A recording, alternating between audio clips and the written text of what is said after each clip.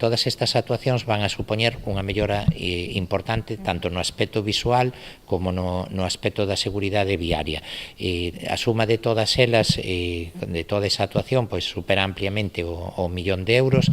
Entendemos que ao longo destes últimos meses se causaron moitos trastornos aos veciños e veciñas como consecuencia desas obras, pero finalmente esperamos que xa remate ao longo dos próximos días. O rexedor Noyés referiuse a que a actuación suporá unha transformación importante na fachada marítima, tanto no aspecto estético como na fluidez do tráfico na zona. Supón unha transformación importante na fachada marítima, na mellora da seguridade viaria e, sobre todo, tamén para mellorar ese aspecto estético e turístico que pretendemos darlle a esa parte do casco histórico da vila.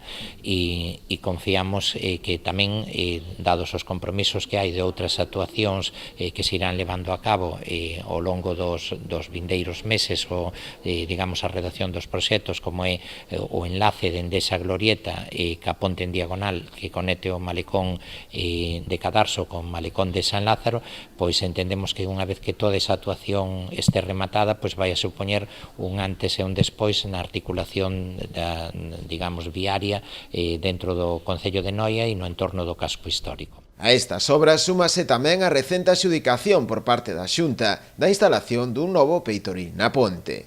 Un investimento de en torno aos 48.000 euros para sustituir as biondas de protección ao longo de toda a ponte do campo de Noia.